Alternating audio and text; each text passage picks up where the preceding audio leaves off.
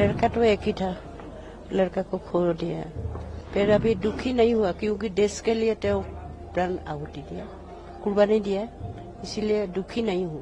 We don't feel that 25 years have passed. We feel that people, those who have martyred for the country, they are great, they are brave, and they are the people, those who have sacrificed their lives for our tomorrow.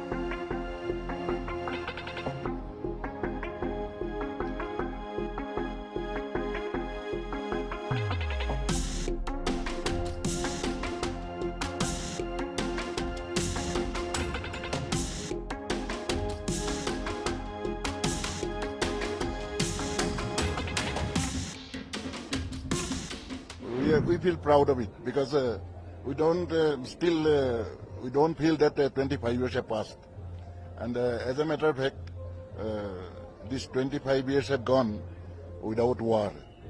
Okay, and we feel that people, those who have martyred for the country, they are great, they are brave, and they are the people, those who have sacrificed their lives for our tomorrow. We still feel proud that I have come from Golaghat, Assam, and I still feel proud for my son, Captain Jintu Veer Chakra. You also fought in the war, sir. How challenging the war was? Yeah, war is... Lower side and the enemy was on the top side. So how challenging the fight was, sir? War is always a challenging one because I have seen 1962 Chinese aggression, 65 Pakistan war, 71 again Bangladesh liberation. These all wars I have seen. I was in Air Force. So these challenges have been taken by the young boys and girls now.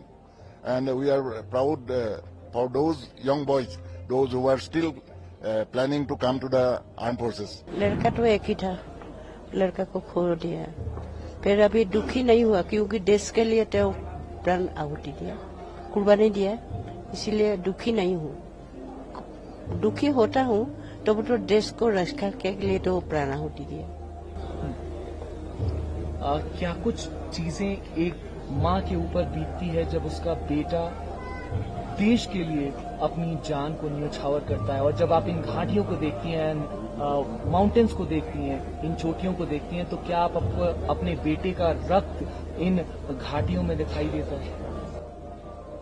बेटा तो देश के लिए प्राण आहुति दिया, बहुत अच्छा काम किया क्योंकि देश को रक्षा किया, इसीलिए वो मेरे को दुख लगा तो बहुत खुशी हूँ क्योंकि देश को सबको अभी रक्षा किया ना, उसी वजह। अब भी जब याद करती हैं आप अपने बेटे को तो क्या भावुक होती हैं या फिर खुश होती हैं कि बेटा देश के लिए अपना जान न्यौछावर कर गया? और अभी बोला अब हम 25वीं वर्षगांठ मना रहे हैं, तो इस 25वीं वर्षगांठ पर यहाँ पर मौजूद हैं आप।